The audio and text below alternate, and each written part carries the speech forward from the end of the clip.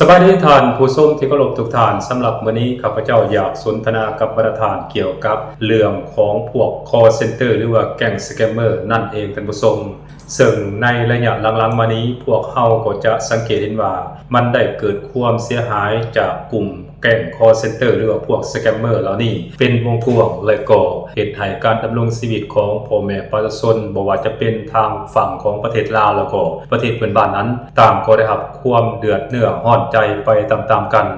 มีหลายคนหลายครอบครัวก็ได้สูญเสียทรัพย์สินเงินทองแล้วก็สูญเสียบุคคลอันเป็นที่รักให้แก่พวกแก๊งสแกมเมอร์นี่เป็นจำนวนหลายเช่นเดียวกันเพราะฉะนั้นมื้อนี้ข้าพเจ้าก็เลยว่าอยากแลกเปลี่ยนบทเรียนหรือว่าแลกเปลี่ยนความคิดความเห็นกับประธานเกี่ยวกับพวกแก๊ง call center หรือว่าพวกแก๊งสแกมเมอร์นั่นเองท่านผู้ชมซึ่งพวกสแกมเมอร์นั้นหน้าที่หลักๆของพวกเขาก็คือเฮ็ดหน้าที่ในการตัวยั่วหลอกลวงต้มตุ๋นบ่ว่าจะเป็นเชิงหน้าก็คือต้มตุ๋นทางออนไลน์นั่นเองท่านผู้ชมซึ่งการต้มตุ๋นผ่านระบบออนไลน์นั้นก็เกิดมีการแผ่ขยายเป็นวงกว้างบ่ว่าจะเป็นอยู่ในประเทศลาวของพวกเขาก็คืออยู่ในประเทศเพื่อนบ้านเช่นว่าประเทศไทยประเทศกัมพูชาประเทศพม่าประเทศเวียดนามรวมไปถึงประเทศจีนเป็นต้นซึ่งหน้าเวียกหลักของพวกนี้นั้นพวกเขาก็จะโทรไปตัวยั่วหลอกลวงประชาชนบรรดาเผ่าก็คือประชาชนลาวและก็ประชาชนของประเทศเพื่อนบ้านให้ลงเชื่อแล้วก็ลงโอนเงินหรือว่าโอนทรัพย์สินให้กับพวกเขาแล้วเกิดความเสียหายต่อระบบเศรษฐกิจของครอบครัวและก็ต่อระบบเศรษฐกิจของประเทศนั้นๆเป็นวงกว้างการเคลื่อนไหวตัวยั่วหลอกลวงของพวกแก๊ง call center หรือว่าพวกแก๊งสแกมเมอร์นี้มันก็ได้ส่งผลกระทบด้านลบหลายด้านต่อประเทศนั้นๆรวมทั้งประเทศลาวของพวกเฮานำบ่ว่าจะเป็นส่งผลกระทบด้านลบต่อความมั่นคงของชาติส่งผลกระทบต่อภาพพจน์ทางด้านการเมืองและก็ที่สำคัญคือส่งผลกระทบด้านลบต่อระบบเศรษฐกิจมันได้สร้างความเสียหายต่อระบบเศรษฐกิจของประเทศเฮาและก็ประเทศเพื่อนบ้านนั้นเป็นจำนวนมหาศาลเพราะฉะนั้นรัฐบาลหลายๆประเทศรวมทั้งประเทศลาวของพวกเขานั้นจึงได้ร่วมมือกัน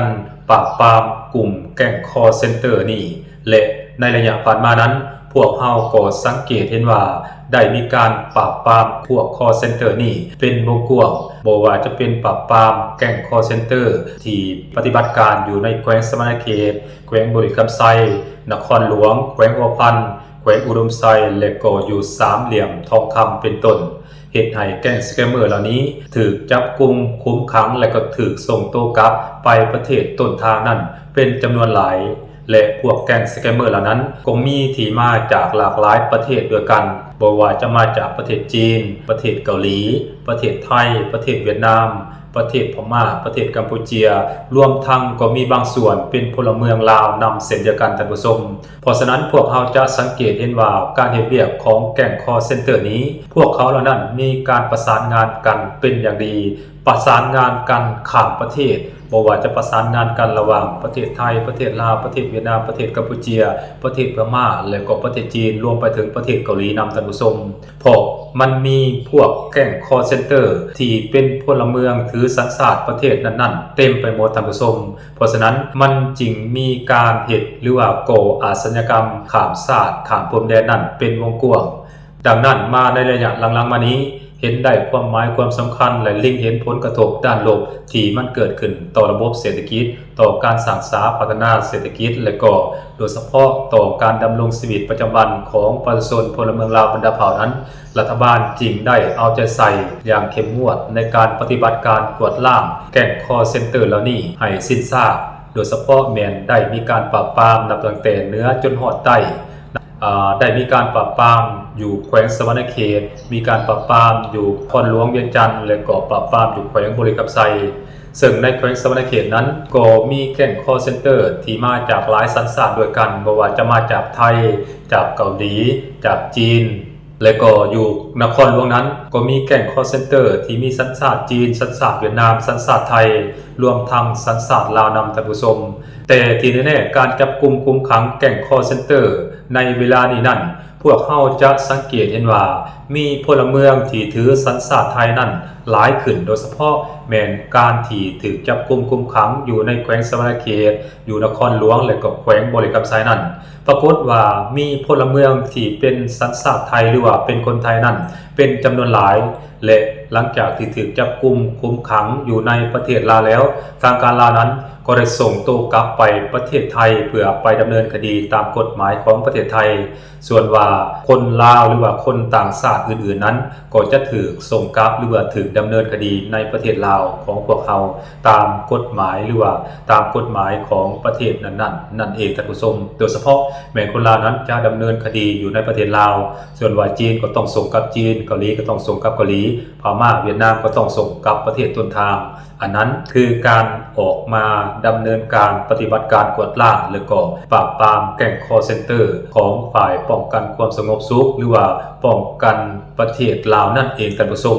แน่นอนแหละถ้าหากว่าบ่มีการประสานสมทบหรือว่ามีการร่วมมือกับหลายๆฝ่ายนั้นงานนี้ก็อาจจะบ่ประสบผลสำเร็จหรือบอกง่ายๆว่าจะบ่สามารถจับกุมคุ้มขังแก๊งคอลเซ็นเตอร์เหล่านี้ได้ท่านผู้ชมและข้าพเจ้าก็หวังอย่างยิ่งว่ามันจะเฮ็ดให้แก๊งคอลเซ็นเตอร์อยู่ในประเทศลาวก็คืออยู่ในประเทศเพื่อนบ้านนั้นลดหน่อยถอยลงเส้นเดียวกันท่านผู้ชมเพราะมันจะเฮ็ดให้สังคมของพวกเขานั้นมีความสงบสุขประชาชนก็จะอยู่แบบบ่มีความหวาดระแวงบ่ต้องย่านถูกหลอกถูกต้มผ่านระบบออนไลน์อีกต่อไปแล้วท่านผู้ชมแต่ที่แน่ๆข้าพเจ้าก็ขอเรียกร้องมายังบรรดายูทูบเบอร์หรือว่าสำนักข่าวกระแสลับกระแสฮอของไทยนั้นการนำเสนอข่าวต่างๆนั้นต้องมีความเป็นกลางต้องมีความบริสุทธิ์ยุติธรรมให้ความเป็นธรรมกับทุกฝ่ายทุกประเทศเป็นอย่างข้าพเจ้าจริงว่าในนั้นเพราะในระยะผ่านมานั้นข้าพเจ้าสังเกตเห็นว่าบรรดาสำนักข่าวกระแสลักและก็กระแสฮองรวมทั้งยูทูบเบอร์มือสมัครเล่นและก็มืออาชีพของประเทศไทยบางกลุ่มนั้นก็พยายามออกมาตีไข่ใส่ข่าวว่าบรรดาแก๊งสแกมเมอร์หรือว่าแก๊งคอลเซ็นเตอร์เหล่านี้ส่วนรายแล้วก็จะเป็นคนสัญชาติจีนสัญชาติพม่าสัญชาติเกาหลีใต้สัญชาติเวียดนามสัญชาติกัมพูชาและก็สัญชาติลาวส่วนว่าคนไทยที่เข้ามาร่วมในกระบวนการนั้นสำนักข่าวของไทยบอกว่าจะเป็นกระแสหลักหรือกระแสรองทั้งหลายนั้นก็มักจะออกมาแก้ข่าวและแก้หน้าให้กันว่าเป็นเหยื่อของกลุ่มคอลเซ็นเตอร์หรือว่าแก๊งคอลเซ็นเตอร์นั่นเองพวกเขาบ่ได้มีเจตนาจะไปโทรหรือว่าไปตัวโยหลอกลวงคนอื่นผ่านระบบออนไลน์โดยเฉพาะในระยะผ่านมานั้นข้าพเจ้าก็สังเกตเห็นว่าบรรดาสำนักข่าวกระแสหลักและก็กระแสรองของไทยนั้นพยายามโจมตีประเทศเขมรหรือว่าประเทศกัมพูชาและก็ประเทศลาวนี่นักสมควรท่านผู้ชมเกี่ยวกับพวกแก๊งคอลเซ็นเตอร์นี้ส่วนหลายแล้วพวกเขาก็จะกล่าวหาให้ประเทศลาวประเทศกัมพูชาว่าเป็นศูนย์ปฏิบัติการของกลุ่มแก๊งคอลเซ็นเตอร์และก็หลักๆแล้วก็จะเป็นพลเมืองที่มีสัญชาติกัมพูชาสัญชาติลาวสัญชาติจีนแล้วก็สัญชาติเวียดนามบ่มีสัญชาติไทยเข้าไปร่วมอันนั้นคือสิ่งที่ข้าพเจ้าปรากฏเห็นในสื่อกระแสหลักกระแสฮองของไทยในตอนนั้นและมาฮอดเวลานี้จากการปฏิบัติการกวาดล้างของกองทัพหรือว่าของฝ่ายประเทศลาวนั้นพวกเขาจะสังเกตเห็นว่ามีแก๊งคอลเซ็นเตอร์ที่เป็นสัญชาติไทยนั้นเป็นจำนวนหลายโดยเฉพาะในกรณีที่ถูกจับอยู่ในแขวงสะวรรณเขตแขวงบุรีรัมย์ไซและก็นครหลวงเวียงจันทน์นั้นรวมๆกันแล้วเกือบ500คนท่านผู้ชมข้าพเจ้าเชื่อแน่ว่าเกือบ500คนที่ถือสัญชาติไทยและมาเป็นแก๊งคอลเซ็นเตอร์อยู่ในประเทศลาวนี้บ่น่าจะเป็นเหยื่อของกลุ่มแก๊งคอลเซ็นเตอร์อย่างแน่นอน